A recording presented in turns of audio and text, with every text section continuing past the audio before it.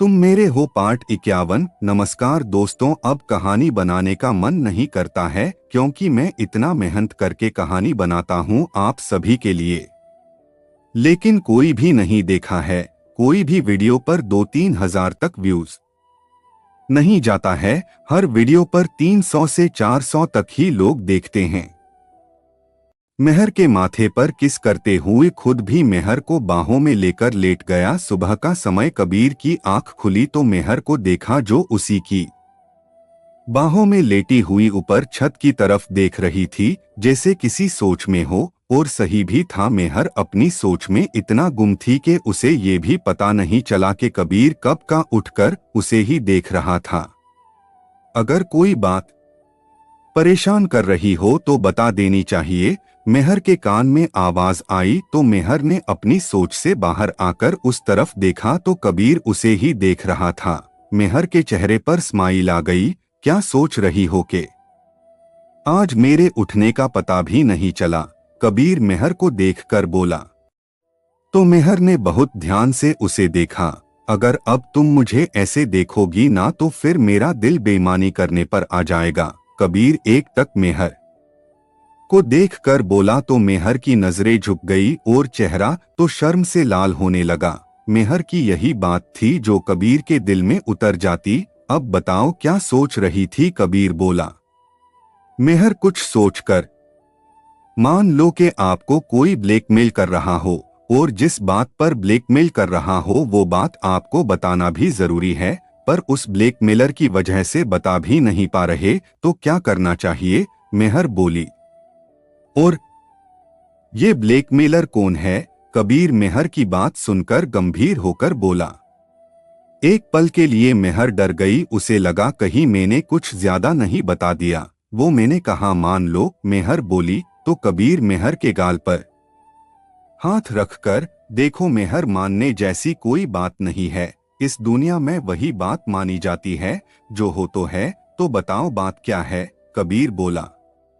वो मैंने कल एक सीरियल देखा था तो बस उसी से। मेहर नजरें झुकाकर बहुत ही सफाई से झूठ बोली। तो कबीर की नजर उसी पर थी। और हाँ, अब आप ऐसे मत देखो, मेरी बात का जवाब दे। मेहर जल्दी से बोली। तो कबीर स्माइल करते हुए, वेल, वो ब्लैकमेलर असल में कमजोर है, जो किसी को ब्लैकमेल करने के लिए किसी का सहारा ले रहा है, और जिसे ब्लैकमेल करा जा रहा है वो बहादुर है। बाकी सिचुएशन कैसी है उस पर डिपेंड करता है।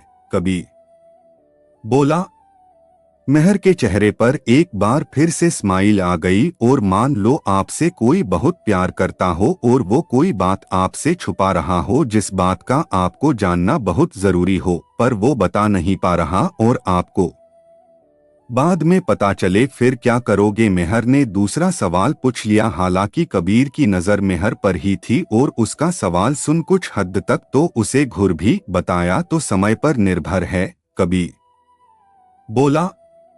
तो मेहर स्माइल करते हुए, ठीक है, फिर आप फ्रेश हो जाओ, मैं आपके लिए चाय बनाती हूँ। मेहर बोली और उठने लगी। तभी कबीर ने उसे वापस से लेटाते हुए, तुमको भी तो फ्रेश होना है ना, चलो एक साथ होते हैं फ्रेश। कबीर फ्रेश शब्द पर जोर देते हुए बोला। पहले तो मेहर उसे देखती रही, फिर जब उसकी बात का मतलब समझ आया तो आंखें हैरानी से बड़ी कर ली और अगले ही पल चेहरा नीचे झुक गया। क्या हुआ? मैंने कुछ गलत कहा? कबीर धीरे से बोला।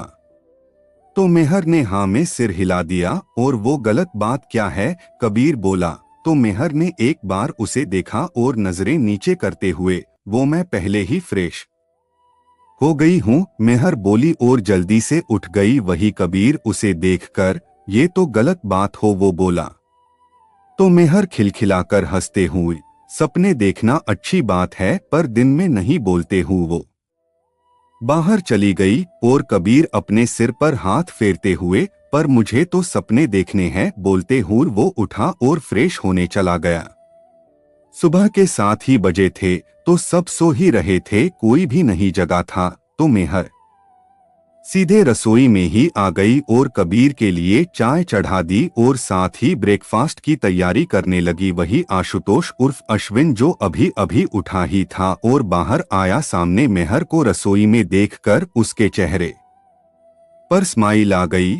सच में मेहर, तुम पहले से भी खूबसूरत हो गई हो। वो उसे ऊपर से नीचे तक देख रहा था और धीरे धीरे उसी तरफ चल दिया। मेहर अपने काम में लगी हुई थी कि तभी उसे अपने पीछे किसी का एहसास हुआ और अगले ही पल मेहर को अपनी कमर पर हाथ महसूस हुए, जिसके साथ ही मेहर के चेहरे पर स्माइल आ गई। है, क्या बात है, आज प्रैक्टिस नहीं करनी क्या? कबीर बोला और साथ ही मेहर के कंधे पर सिर रख दिया। करनी है ना प्रैक्टिस, पर पहले मुझे भूख लगी है और पहले पेट पूजा बाकी काम दूजा। मेहर बोली तो ठीक है, पहले पेट पूजा ही करते हैं। बोलते हुए कबीर ने ट्रे उठा ली और मेहर ने कुछ खाने के लिए ले लिया और दोनों बाहर हॉल में आकर बैठ गए। वही अश्विन जो मेहर की तरफ ही बढ़ रहा था, कबीर को आते देख हैरान रह गया और जल्दी से एक तरफ को डोट छिप गया। उसे बातें तो नहीं सुनाई दी, पर हाँ, दोनों को देखकर ये तो समझ गया था कि कबीर मेहर को प्यार करता है और ये सब अब उसके लिए और भी मुश्किल होने वाला था, क्योंकि मेहर के चेहरे की चमक से भी यही लग रहा था कि वो भी कबीर से प्यार करती है। मेरे हक में बस ये है कि सुप्रिया मुझे प्यार करती है और अब मैं कुछ नहीं करूँगा, जो भी करेगी वही करेगी और तुम्हें तो मेरे पास आना है मेहर, बस मेरे पास। अश्विन वही खड़े होकर दोनों को देखकर बोला और वहां से वापस चला गया। एक बड़ा सा घर जो जंगल के बीचों बीच था, उसमें से किसी के चिल्लाने की आवाजें आ रही थी और ये आवाजें किसी का भी दिल दहलाने के लिए काफी थी, पर उस चीखने चिल्लाने के अलावा वहां पर और कुछ भी नहीं था और ये आवाजें धीरे धीरे बंद हो गई। ये सिलसिला पिछले कुछ दिनों से चल रहा था, पर हाँ, ये जो भी था वो आदमी ही था जो कि उसकी आवाज से पता चल रहा था और उस जंगल की शांति को पिछले कई दिनों से भंग कर रखा था। तुम कब आए? वैभव हैरान था जो उठकर बाहर आया। वो कबीर और मेहर को देखकर बोला। कबीर उसे देखकर बस जाने का मन नहीं किया। कबीर बोला तो वैभव भी वही एक तरफ बैठ गया। फिर ठीक है, अच्छा हुआ तुम वापस आ गए। मेहर को देखकर लग नहीं रहा था कि उसका मन लग रहा है यहाँ। वैभव बोला तो कबीर को रात की बात याद आ गई, कैसे मेहर उसके गले से लग गई थी। हाँ, मुझे भी यही लगा था। कबीर मेहर को देखकर बोला, जो नजरें झुकाए बैठी थी। तभी वहां रवि और रौनक भी आ गए। रवि के साथ मीनू भी थी। तू यहाँ गया नहीं? रौनक कबीर को देखकर बोला। तो कबीर उसे देखकर, क्यों, मैं रुक नहीं सकता क्या? कबीर बोला, नहीं वो बात नहीं है, वो बस मुझे लगा था कि तेरे लिए ये ज्यादा जरूरी है, इसलिए पूछा। रौनक बैठते हुए बोला। वही रवि ने मीनू को मेहर के पास बैठा दिया और खुद एक तरफ सोफे पर ऐसे लेटा जैसे पूरी रात ना सोया हो। तुम्हें क्या हुआ? तू सोया नहीं रात को? कबीर रवि से बोला। हाँ, नहीं सोया। रात में कॉल आया था कि जापान ने फिलहाल सारी फ्लाइट रद्द कर दी है और तुम्हें फोन करने जा ही रहा था कि तभी मुझे तेरे उस ड्राइवर का फोन आ गया जिससे तू चाबी लेकर आया था कि सर का सामना कहाँ रखूं। तब पता चला कि तू वापस आ गया है। बस फिर क्या था, उसके बाद मेल्स पर मेल्स आने लगी थी। वही देख रहा था कि कब रात गुजरी पता ही नहीं चला। रवि बोला और वही आंखें बंद करके लेट गया। रौनक चुपचाप बैठ उसकी बात सुन रहा था कि तभी उसके चेहरे पर एक कुशन गिरा। साले, आधा काम तेरा था और तू है कि तूने किसी को रिस्पांस ही नहीं दिया। लेने दो विवेक को, उसकी क्लास भी लूंगा। सब निकम्मे हैं, हर बार मुझे फंसा देते हैं। रवि गुस्से से बोल रहा था। मीनू तो बस सुनकर खुश हो रही थी। तो वही वैभव, कबीर, मेहर ये सब देख रहे थे। रौनक हंस रहा था जिससे रवि को और भी गुस्सा आ रहा था। कबीर, मेरी बात सुन ले, आगे से मुझे रात को कोई काम नहीं करना, समझा? और तुम लोगों का तो बिल्कुल भी नहीं, पता नहीं कौन सी घड़ी थी कि जब से मैंने ये काम करना शुरू कर पहले तो बहुत मजा आता था पर अब बिल्कुल भी नहीं। रवि गुस्से से बोले जा रहा था और सब उसे ऐसे देखकर दबी हुई हंसी हंस रहे थे। रवि बहुत हुआ, फालतू में मत बोलो, मीनू रवि से बोली। तो रवि मीनू को देखकर, तुमको नहीं पता ये सब बहुत चालक है, खुद तो मजे से सो रहे थे और मुझे फंसा गए, रवि बोला। रवि बहुत हुआ, बस करो, मीनू फिर से बोली। नहीं, मैं बस नहीं करूंगा, रवि बोला। तो ठीक है, फिर चुपचाप बाहर सो जाना, आज रात भी क्या काम काम लगा रखा है, बोल तो ऐसे रहे हो जैसे आज पहली बार काम कर रहे हो, पहले भी तो रोज ही करते थे काम, दिन में रात में भी, पता है जब कितनी लड़ाई हुई थी हमारी, वो भी इसलिए क्योंकि मैंने बस ये बोला था कि रात में काम मत करो, पर नहीं, तुमने तो छोटी सी बात को कितना बड़ा कर दिया और चले गए थे। उस दिन भी काम ही था, तो फिर आज ये सब क्यों बोल रहे हो, मीनू भी गुस्से से बोली। तो सब उसे देखने लगे, रवि तो पहले ही चुप कर गया था और मेहर मुंह खोले मीनू को देख रही थी। मीनू, क्या बोल रही हो, रवि परेशान है ना, तो बस इसलिए बोल रहे होगे, मेहर मीनू से बोली। बिल्कुल भी इसकी बात में मत आना, तुम्हें पता भी है ये है कौन, और ये जीजू और ये रौनक जो भी है ना, यही ये सब ना बहुत बड़े, मीनू बोलने ही जा रही थी कि रवि ने उसके मुंह पर हाथ रख दिया और मेहर बस देखती ही रह गई। उसे बोलना तो दो, मेहर बोली। नहीं, जितना बोलना था बोल दिया इसने, अब और क्या बोलना है, रवि बोला। तो मीनू को डोट ध्यान आया कि अभी तो मेहर से 2 के कंपनी कम बारे में कोई बात नहीं की है, तो मीनू चुप कर गई। कबीर और रौनक ने गहरी सांस ली और तभी कबीर ने मेहर को प्रैक्टिस करने का बोल दिया ताकि वो ज्यादा इस सब के बारे में ना सोचे। वही रौनक हैरान सा, प्रैक्टिस किस चीज की प्रैक्टिस, वो बोला। वैभव भी हैरान था, सबको पता चलेगा मेहर, आज लास्ट डे है, तो क्या तुम तैयार हो, कबीर मेहर से बोला। तो मेहर ने हाँ में सिर हिला दिया। हमें भी तो पता चले, देविका सुप्रिया के साथ वहां आते हुए बोली। आप तो गए थे, फिर वापस कैसे, सुप्रिया बोली। वो क्या है ना, मेरी बहन आई है तो मैं कैसे जा सकता था, कबीर सुप्रिया के सिर पर हाथ रखकर बोला। कुछ देर बाद पता चल ही जाएगा किसके बारे में बात हो रही है, रवि बोला। और मीनू तो मेहर के हाथ पकड़कर, आज मेरी बहन सबकी बोलती बंद करेगी, मीनू बोली। सुप्रिया और देविका दोनों वही बैठ गई। आशु कहाँ है, सुप्रिया बोली। मैं भी आ गया, बोलते हुए आशुतोष उर्फ अश्विन रूम की तरफ से आ रहा था और वही रवि के पास आकर बैठ गया। तू तो मुझसे पहले उठ गया था और अब कैसे आ रहा है, वैभव आशुतोष उर्फ अश्विन को देखकर बोला। वो मैं छत पर चला गया था, आशुतोष बोला और मेहर को देखने लगा, पर मेहर के चेहरे पर वो रात वाला डर नहीं दिखा उसे, तो उसकी भौहें सिकुड़ गई। पहले आप सब कुछ खा पी लो, बाकी बातें बाद में, मेहर बोली और रसोई की तरफ चल दी। वही देविका भी चली गई थी और कुछ देर बाद शमा आंटी भी आ गई, तो सब काम जल्दी से हो गया। पहले आप सब कुछ खा पी लो, बाकी बातें बाद में, मेहर बोली और रसोई की तरफ चल दी। उसने एक बार भी अश्विन को नहीं देखा। देविका भी चली गई थी और कुछ देर बाद शमा आंटी भी आ गई, तो सब काम जल्दी से हो गया। सब लोग नीचे जिम में बैठे थे। रवि, मीनू और कबीर मेहर सब आराम से थे, पर रौनक, देविका, वैभव और आशुतोष उर्फ अश्विन, सुप्रिया, ये सब हैरान से थे। तो बात ये है कि आज मेहर का लास्ट डे है। पिछले कई दिनों से, शायद महीने से, मेहर यहाँ पर शूटिंग की प्रैक्टिस कर ही है और आज लास्ट और फाइनल है, ये देखने के लिए कि मेहर ने कितना सीखा है, रवि बोला। अरे वाह, ये तो बहुत अच्छी बात है, रौनक बोला। हाँ मेहर, बहुत अच्छी बात है, देविका बोली। वैभव भी खुश था मेहर के लिए, पर अब उसके मन में मेहर के लिए रिस्पेक्ट थी। वो भी मेहर की बीते दिनों के बारे में जानता था, पर उतना ही जितना कबीर के द्वारा मेहर के गांव में बताया गया था कि मेहर उसी के साथ काम करती थी।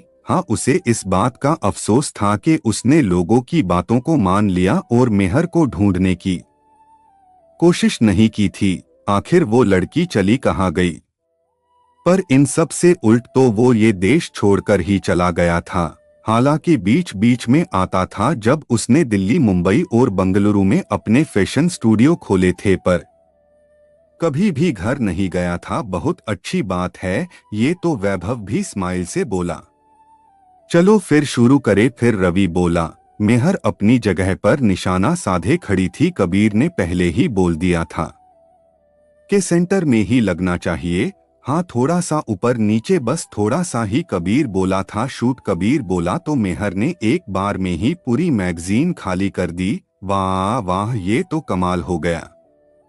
मेहर एकदम सही। हाँ, सेंटर में बस एक ही है, बाकी हल्की सी ऊपर नीचे। रौनक और रवि दोनों ही वहां जाकर बोले। कबीर खुश था, क्यों ये उसकी उम्मीद के ही मुताबिक था। उसे पता था कि मेहर कितना कर सकती है और ये उससे बहुत बेहतर था।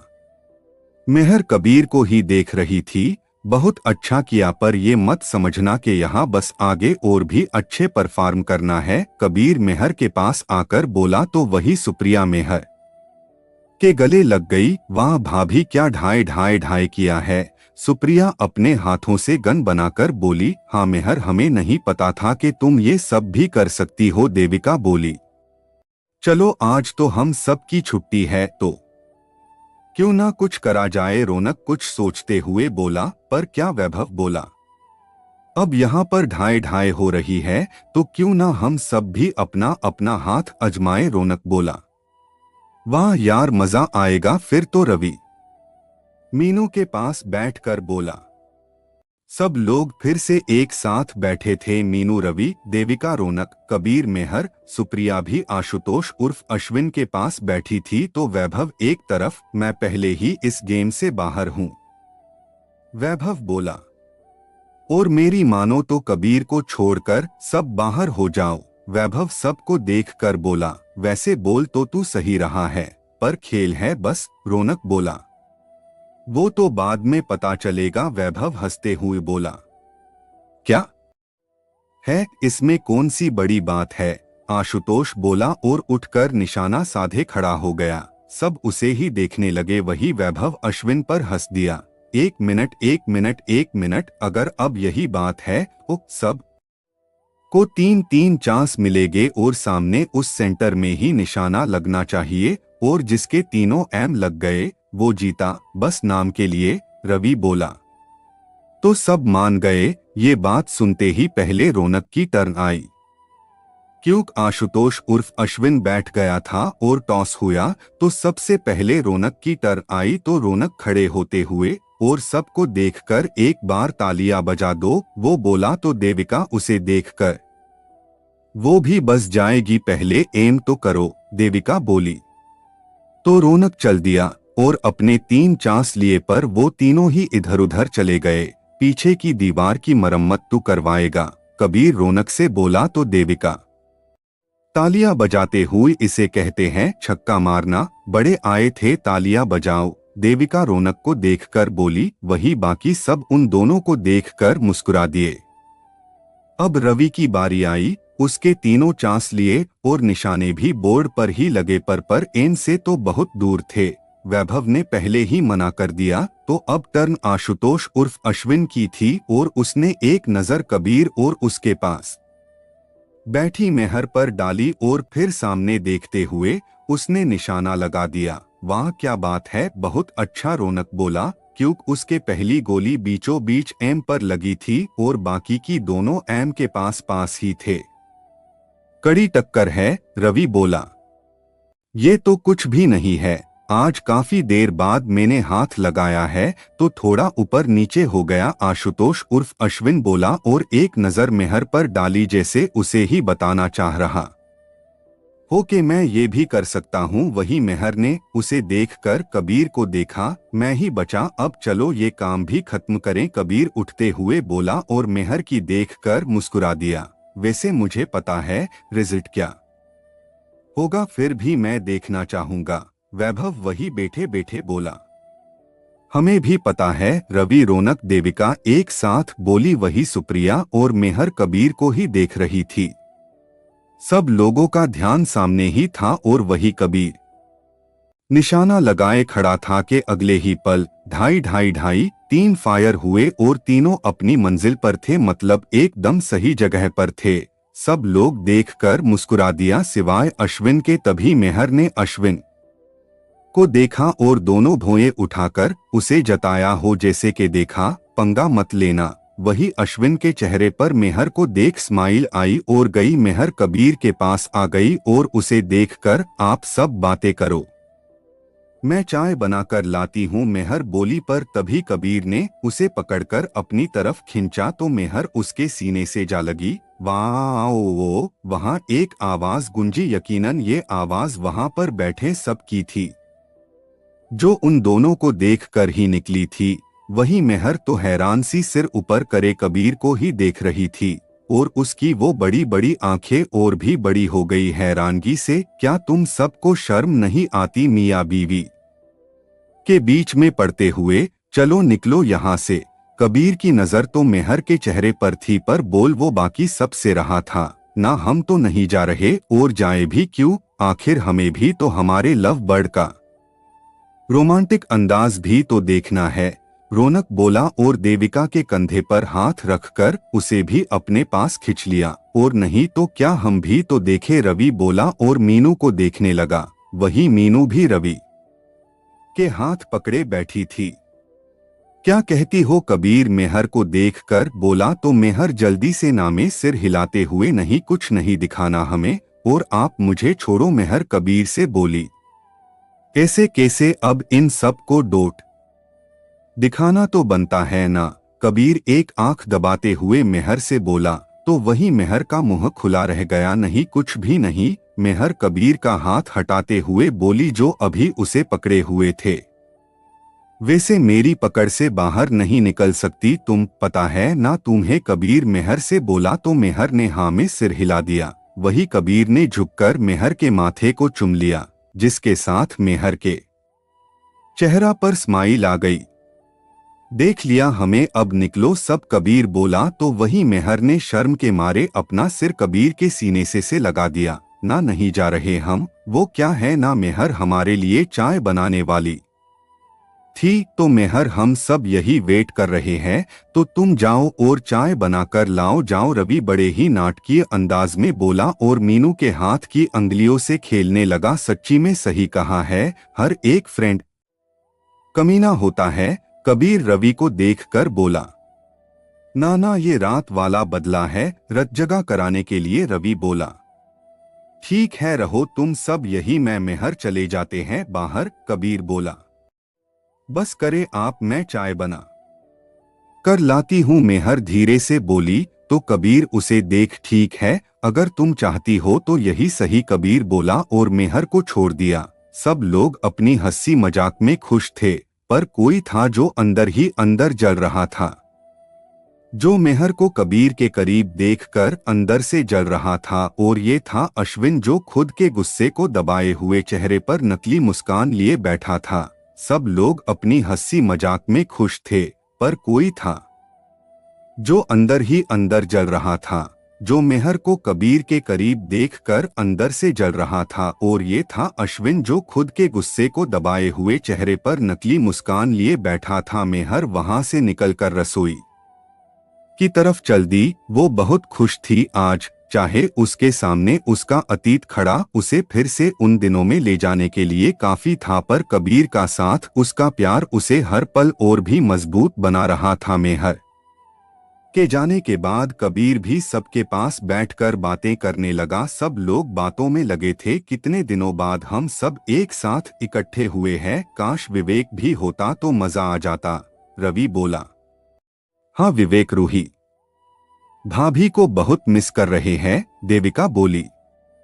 तभी रवि का फोन बजा। लो भाभी, रवि फोन उठाते हुए बोला, भाभी आप ही को याद कर रहे थे, कब आ रहे हैं आप? रवि बोला, बस शाम तक पहुंच रहे हैं। वैसे कबीर से बात हो गई है, और हाँ, सबका ध्यान रखना, वो मैंने ये बताने को फोन किया कि बिट्टू को स्कूल से ले आना, मुझे देर हो जाएगी, मम्मी घर गई है। रूही बोली, ठीक है भाभी, मैं अभी निकल जाता हूँ, रवि बोला और फोन कट कर दिया।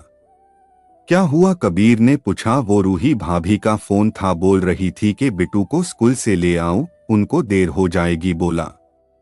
ठीक है तुम ले आओ, कबीर बोला। एक सुजमी आशुतोष उर्फ अश्विन बोला और वहां से फोन कान पर लगाए चल दिया। सबने उस पर ज्यादा ध्यान नहीं दिया। अश्विन भी फोन पर बात करते हुए ऊपर की तरफ आ गया और बात करते हुए सीधा रसोई की तरफ चल दिया। यहाँ पर मेहर सबके लिए चाय बना रही थी, तो वही शमा आंटी भी उस समय बाहर गई थी सब्जी लाने, तो मेहर अकेले ही रसोई में लगी हुई थी। तुमको क्या लगता है कि तुम मुझे डरा रही हो अपने उस पति के दम पर? अश्विन एकदम मेहर के पीछे खड़े होकर बोला। वही मेहर अश्विन के इस तरह पीछे आ जाने से डर गई थी। वो अभी भी अपने ही ख्यालों में थी, जिनमें बस कबीर ही उसे महसूस हो रहा था। मेहर अश्विन की आवाज सुन एक तरफ को होकर अपना काम करने लगी। मैंने कुछ पूछा है? अश्विन वही स्लेब के साथ पीठ लगाकर मेहर को देखकर बोला। तो मेहर ने उसे देखा। तो तुम्हें क्या लगा? वो बोली। मेहर को इतने कॉन्फिडेंस से बात करते देख वो एक पल को हैरान हो गया, फिर हंसते हुए, भूल गई हो मैंने कुछ दिखाया था तुम्हें कल? अश्विन अपना वार करते हुए बोला। तो मैं क्या करूं? मेहर चाय कप में डालते हुए बोली। अश्विन ने उसे घुरा और अगर मैं उसे लीक कर दूं तो? अश्विन गुस्से से बोला। कर दो, मेहर चाय डालते हुए। छोड़ उसे देखकर कर दो लीक, मेहर बोली। मेहर की आंखों में एक अलग ही चमक थी। तुम जानती हो ना अगर वैसा हुआ तो क्या होगा? अश्विन अब फिर से मेहर को जताते हुए बोला। तुम जैसा घटिया इंसान मैंने नहीं देखा। और रही बात सुप्रिया से शादी की, तो भूल जाओ कि कभी होगी भी तुम्हारी शादी सुप्रिया से।